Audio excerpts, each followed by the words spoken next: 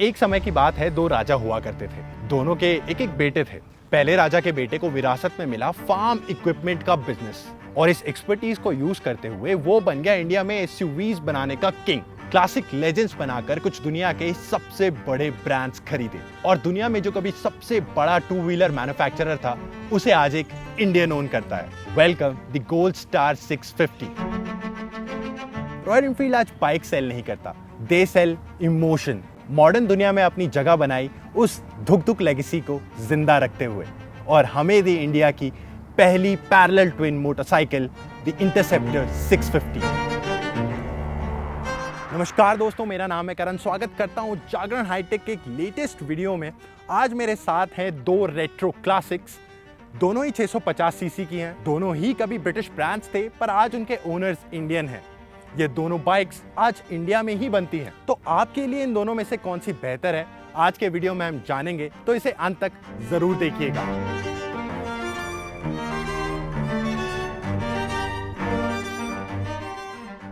तो सबसे पहले शुरुआत करते हैं इन दोनों में जो सबसे बड़ा डिफरेंस है, यानी कि इंजन। हालांकि दोनों 650 सीसीज हैं, लेकिन इंटरसेप्टर में आपको मिलेगा एक पैरेलल ट्विन इंजन यानी कि 2 सिलेंडर्स, जबकि गोल्ड स्टार 650 में आपको मिलेगा सिंगल सिलेंडर इंजन।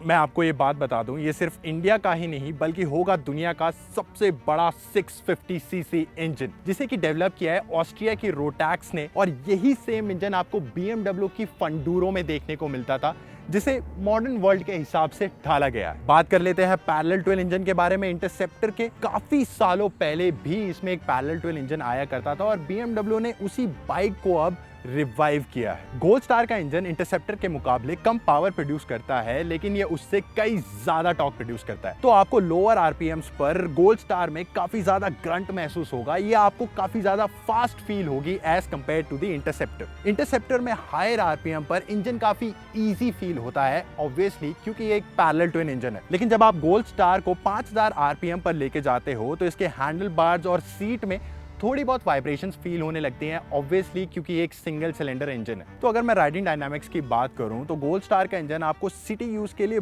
बहुत ही अच्छा सूट होगा, लेकिन इंटरसेप्टर का इंजन कहीं ना कहीं हाईवेज के लिए ज्यादा बेहतर है। अगर मैं हीटिंग की बात करूं तो इंटरसेप्टर 650 में कहीं ना कहीं आपको हीट कम महसूस होती है, जबकि ये एयर और ऑयल कूल इंजन है। और गोल्ड स्टार 650 में हीट थोड़ी ज्यादा महसूस होती है, जबकि एक लिक्विड कूल इंजन है। और हैवी ट्रैफिक में शायद ये बाइक आपको थोड़ी सी दिक्कत दे सकती है इन टर्म्स ऑफ हीटिंग। इंटरसेप्टर में आपको मिलता है एक 6 स्पीड ट्रांसमिशन, जबकि गोल्ड स्टार में आपको मिलता है एक 5 स्पीड। हालांकि गोल्ड स्टार के गियर रेशियोज काफी वेल स्प्रेड हैं और आपको एक एक्स्ट्रा गियर की कमी कभी महसूस नहीं होने वाली। एक और डिफरेंस जो दोनों बाइक्स में है वो है फ्यूल टैंक का। अगर मैं फ्यूल कैपेसिटी की बात करूं तो इंटरसेप्टर में आपको मिलता है एक 13 लीटर का फ्यूल टैंक, जबकि गोल्ड स्टार में आपको मिलता है 12 लीटर का फ्यूल टैंक। दोनों की एफिशिएंसी आपके राइडिंग स्टाइल पे डिपेंड करती है। सिटीज में आपको ये बाइक सिमिलर इकोनॉमी रिटर्न करती है, यानी 18 to 19 kmpl। अगर आप ज्यादा एग्रेसिव राइडिंग करें तो शायद इससे कम भी हो सकती हैं, और हाईवे पर आपको देंगी अराउंड ये 23 to 24 kmpl। दोनों बाइक्स को 100 kmph पहुंचने में लगभग 6 से 7 सेकंड का समय लगता है, which is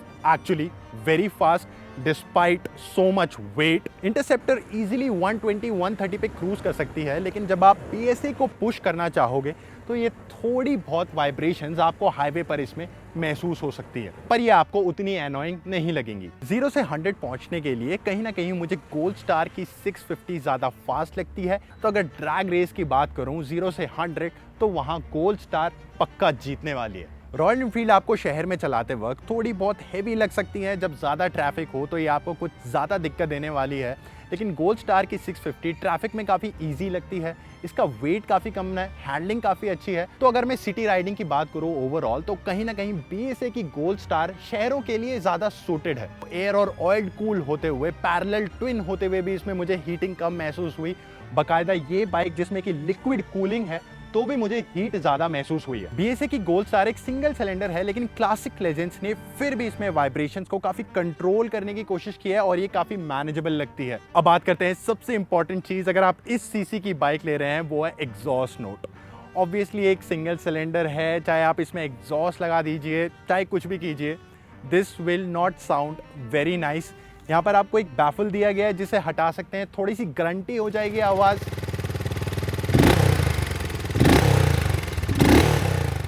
but that's it.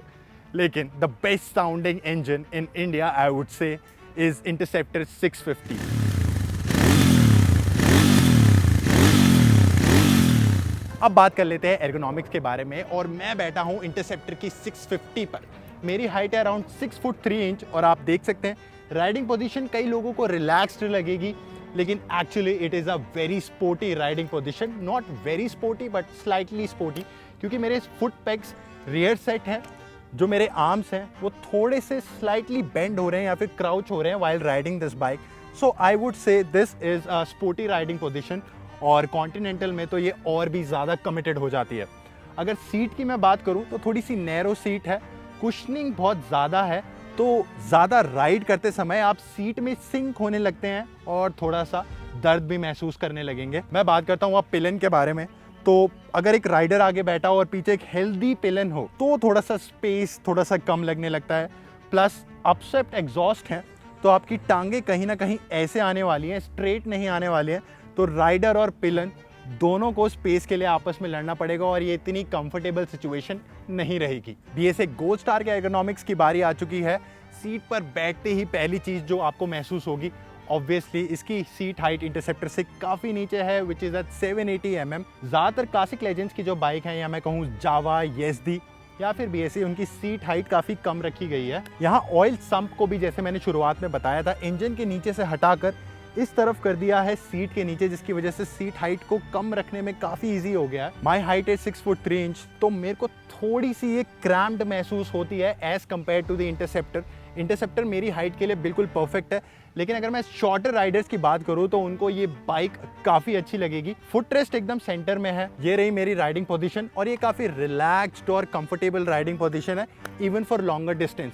Again अगर मैं सीट की बात करूं तो वाइड सीट है, कुशनिंग उतनी सॉफ्ट नहीं है, तो लॉन्गर डिस्टेंस में इंटरसेप्टर से ज़्यादा ये आपको कंफर्टेबल फील होने वाली है। प्लस जो एग्जॉस्ट हैं वो जावा की दूसरी बाइक्स की तरह अपस्वेप्ट नहीं है, स्ट्रेट एग्जॉस्ट है एज कम्पेयर टू इंटरसेप्टर, जिसके एग्जॉस्ट भी अपस्वेप्ट है। पीछे बैठे पिलन राइडर के पैरों के लिए भी काफ़ी जगह है, काफ़ी कंफर्टेबल महसूस होगा उसे। प्लस सीट भी काफ़ी चौड़ी है, तो ओवरऑल कंफर्ट वाइज कहीं ना कहीं BSA की गोल्ड स्टार को ज़्यादा पॉइंट्स मिलेंगे। तो बात कर लेते हैं सस्पेंशन के बारे में। दोनों में आपको सिमिलर सेटअप मिलेगा। सामने की तरफ टेलीस्कोपिक फोक्स और पीछे की तरफ मिलेंगे आपको डुअल शॉक एब्जॉर्बर्स। कौन सा बेहतर है?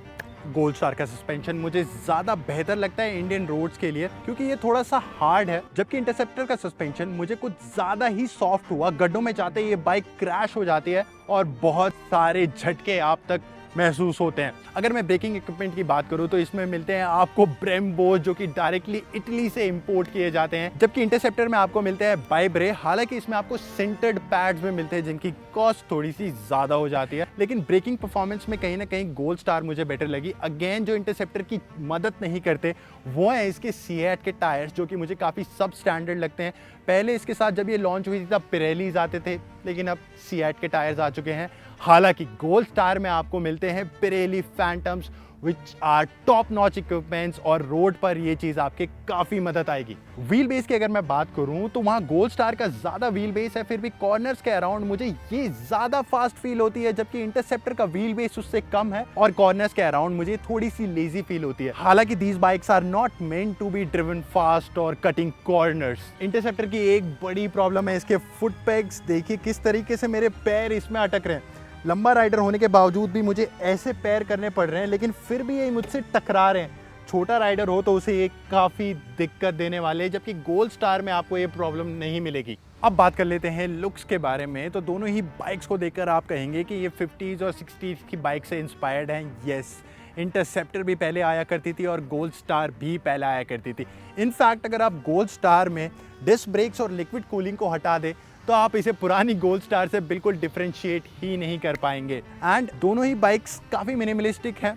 वही टेयर ड्रॉप शेप का टैंक, यहाँ पर आपको एक मोन्जा कैप मिलता है, लेकिन यहाँ पर सेंटर में आपको कैप मिलता है। इसके साथ आपको डुअल स्टैंड एज स्टैंडर्ड मिलता है, लेकिन गोल्ड स्टार में ये ऑप्शनल है, आपको 3 से 4 हज़ार रुपये एक्स्ट्रा देने पड़ेंगे।